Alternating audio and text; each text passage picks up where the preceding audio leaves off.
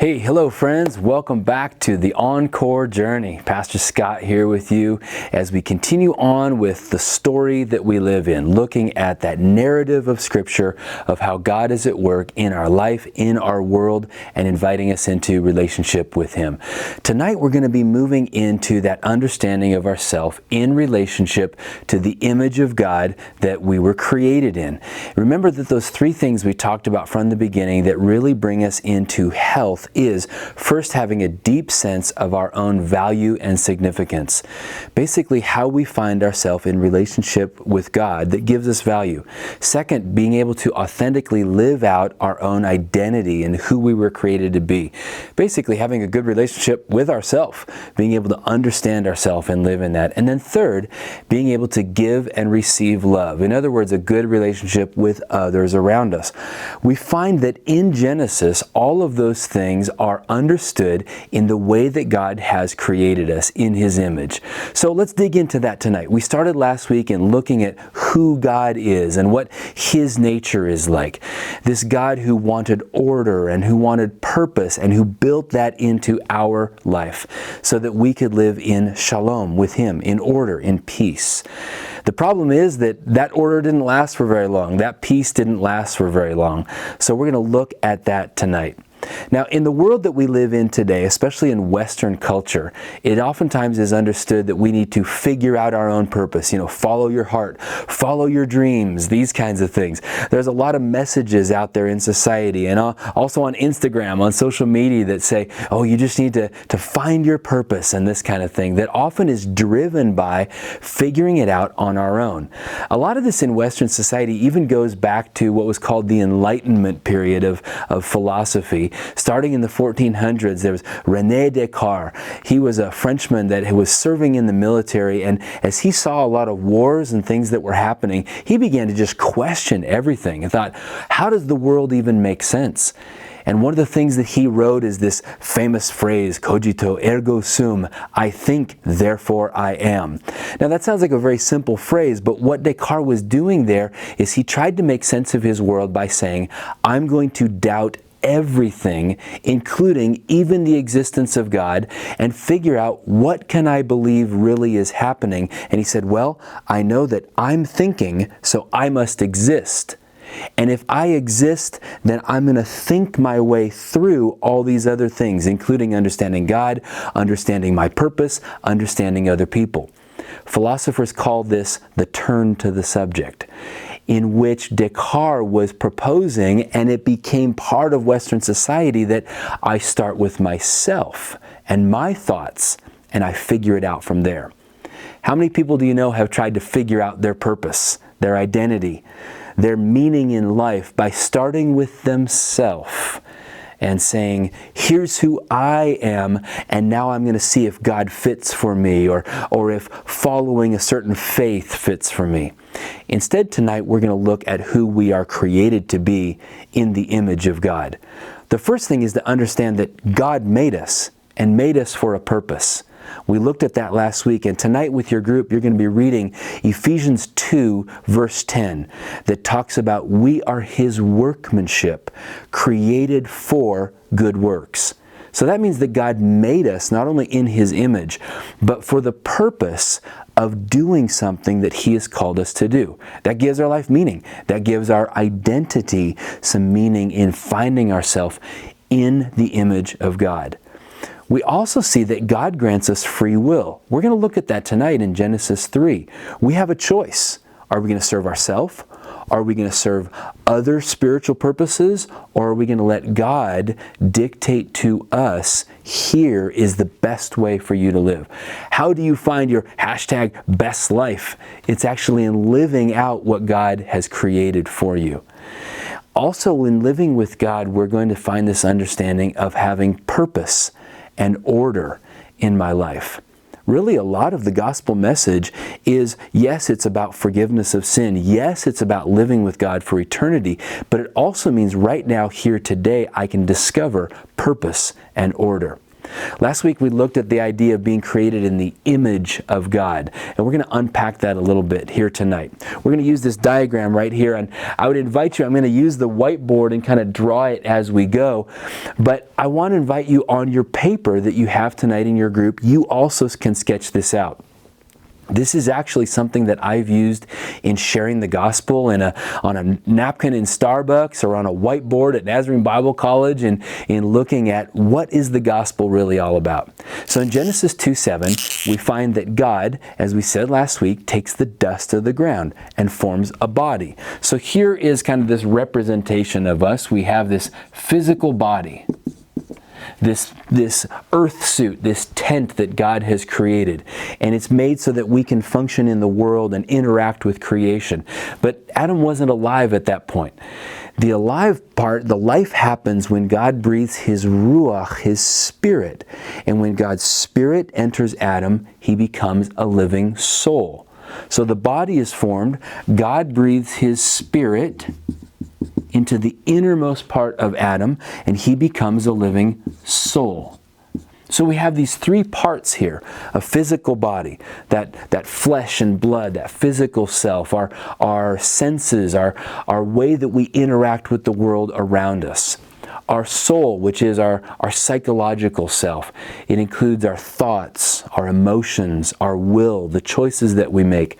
We relate to one another and we relate to God through that. But we also have a spiritual capacity. This is unique in all of creation. No other aspect of creation did God say was made in His image, and no other aspect did His Spirit breathe into it. We alone, male and female, were created in the image of God, and that image means that we have spiritual connection with Him. So we are created to function, spirit, soul, and body. And Adam and Eve had all of those functions going on in the garden. So prior to sin coming in, prior to the fall, they were able to interact with one another. They were able to interact with God. So they were living in this relationship with God.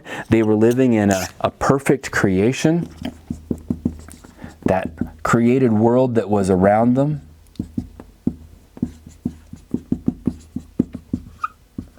All of the things that God had created for them to interact. And so they had that purpose, that direction that was intact, their relationship with God, with themselves, with each other. God had given them purpose and order.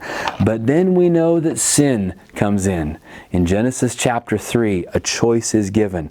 Will you disobey God and eat from the tree of the knowledge of good and evil? Or are you going to obey what God has said and not eat from that?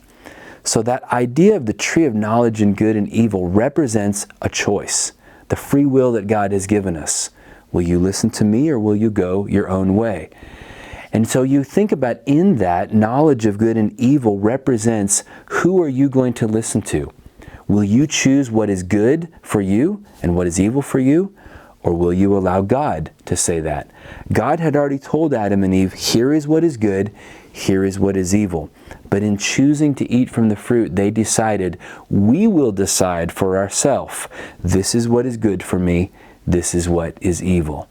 So they reached out and they took from that tree and they ate from it. And when that happened, it meant that a choice was made and sin came into their soul. Sin came into their body as they willfully chose to eat from that fruit. So when we talk about problems that have come into this perfect creation, the first is sin. Sin that has come into their body and their soul that has damaged that relationship between them and God, damaged that relationship between them and each other. Now this is an important part. Before sin came in, there was no disease, no death, no injustice, no selfishness. Everything was in that perfect order that God had created. And that included, even in that, there was relationship with God and with each other. There was order, there was purpose. There was, even within the relationship between Adam and Eve, physically, emotionally, all of those things were functioning the way God intended. But now as sin came in, that damaged the relationship between Adam and Eve and God, between themselves and each other. And there was even more. It says that on the day they ate from that, they would die. Well, they didn't die in their body or in their mind, but they died in spirit. That part that was created in the image of God was now separated from God. And this became an empty, dead spirit. So there was the second problem. There was a spiritual death that took place. So when we talk about the problems, it's not just sin, but also a spiritual death that has taken place here. So this is creating problems in all of those most important relationships. My relationship with God is dead. My relationship with others turns towards a selfish choice. But it doesn't just end there. Not only is there sin and is there death, but that perfect creation is also damaged. The creation around also begins to fail. Genesis 3 talks about thorns and thistles that are coming up from the ground. It talks about the perfect order that God has is being pulled back into disorder and chaos. So creation is damaged. That becomes important when we think about the world that we live in. Again, we said that in God's perfect creation there was no disease, there was no death. Those are now introduced in. Also introduced is enmity and natural disasters and the kinds of things that we see dealing with in the world. Disease and plague and these various things that were not part of God's creation. So when we ask the question about, well, why did God cause that? It wasn't something that He caused. It was something that came in because His perfect creation was now damaged because of sin and death. Which brings us to the fourth piece. This is important as well. Part of what's happening there is that there are these spiritual forces. It's not just happening in the physical world, but spiritual forces. Remember tohu and bohu, the purposelessness and chaos, those were fighting against the goodness of God's creation. And when Adam and Eve chose to allow those other things to pull them away from what God had created, it allowed these spiritual forces to begin to interact as well. So if we understand that the world is operating not only on a physical level, but there's a spiritual battle taking place as well. Something that we in the Western world don't always grasp, but the Bible says it's right there. That there are these other forces, God's small g, that are also trying to pull us away from God's best for us. So there's a spiritual battle taking place. And those spiritual enemies of God have begun to interact and pull the goodness of God's creation back into chaos. All right, so we've got problems. And the gospel must be understood in this way. There are 4 problems that God is trying to rectify. 4 things that He is trying to deal with. So what do we do? What do we do in this that now there's disease, there's death, there's injustice, there's selfishness in our world? This is the world that we live in. In fact, Genesis chapter 5 says that from that point on, Seth, who was the son of Adam and Eve, was born not into God's image, but into Adam's image.